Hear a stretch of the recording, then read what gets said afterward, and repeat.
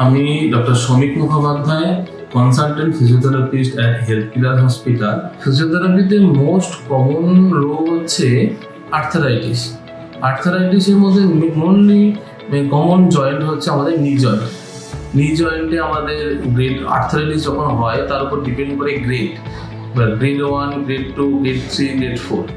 এই যে পেনটা আপনার শুরু হচ্ছে তার জন্যে আপনাদের কনজারভেটিভ ম্যানেজমেন্ট একটা দরকার। যেমন মেডিকেল আপনি যাচ্ছেন মেডিসিনের দিকে, তার সাথে সাথে আপনি আসতে পারেন ফিজিওথেরাপির দিকে।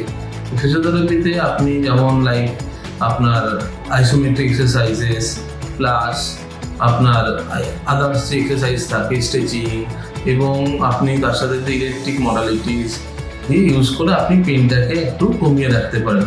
এতে কি আপনারা নর্মাল লাইফের মধ্যে ফিরতে পারবেন।